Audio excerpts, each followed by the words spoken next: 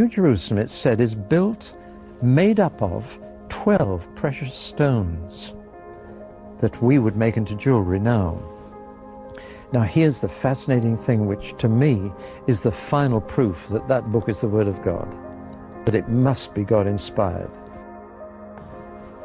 In the last generation only, we've discovered how to make purer light than we had before. Most light is bouncing around, waves crashing into each other, going in all directions, so that the light coming from that spotlight still lights this side of my face by reflecting off that tinsel up there.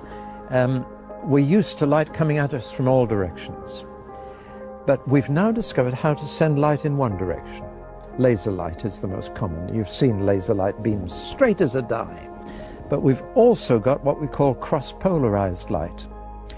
A polarized filter, if you can imagine, allows light through like that. But if you put another polarized filter at right angles to that, you've really got a very fine filter.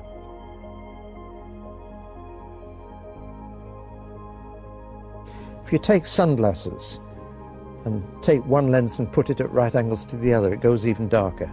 It only lets very straight light through. Now, people have taken jewels and precious stones and cut a very thin slice for microscopic purposes, and then shone cross-polarized light through them to see what happens. To put it very crudely, what happens to these precious stones in pure light? And one of two entirely different things happens with every jewel. The technical term, to give you a bit of science for a moment, is anisotropic jewels and isotropic jewels. Now what happens is this. Some jewels in pure light, whatever their color to begin with, they may be red, blue or green, turn into all the colors of the rainbow and the most fantastic patterns. Other precious stones in pure light lose all their color, just go black, look like a lump of coal dust.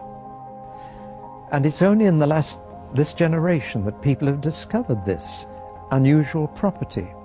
For example, diamonds in pure light are nothing. Did you get that, ladies? They're not even hear that. Diamonds, nothing. Nothing. They won't be there. No, so make the most of them here. Rubies, garnets, just lose everything. Emeralds? No, they keep it. Oh, good. There are other stones that are anisotropic and go into these beautiful colors. Now here's the fascinating thing. The 12 precious stones that God uses to build the New Jerusalem are all anisotropic. In pure light, they are all far more beautiful. And God doesn't touch the diamonds or the rubies. He doesn't build with them. Now, let's just put on the screen a picture of these stones. Yeah. Look at the top 12 stones on this picture, and you'll see the stones of the New Jerusalem. Look at the 4 bottom ones at the bottom of the picture, and you'll see they're black, no attraction whatever. Now then, who knew this 2,000 years ago? No scientist knew it. Nobody knew it. John the Apostle, writing down the book of Revelation as the Lord dictated it to him, he didn't know. Nobody knew except one person in the entire universe, and he knew, and that was God himself. Where is that written exactly? Revelation 21, right, halfway through, and you'll find all the 12 stones listed there. And you can just imagine from the picture we've seen on the screen how beautiful the New Jerusalem is going to be. No need for do-it-yourself decoration or changing rooms there. No need. The materials that God uses will be fabulous. From verse 19, 21 right. Verse 19. Read them out. The first foundation was jasper. Yeah. The second sapphire. The third chalcedony.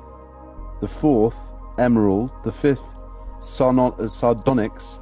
The sixth carnelian. The seventh chrysolite. The eighth beryl, the ninth topaz, the 10th chrysoprase, the 11th jacinth, and the 12th amethyst.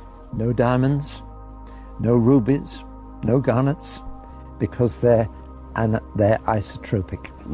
Now, isn't that amazing? To me, that one thing alone would prove that the Bible was inspired by God, because nobody could have known this. They didn't know it until our generation.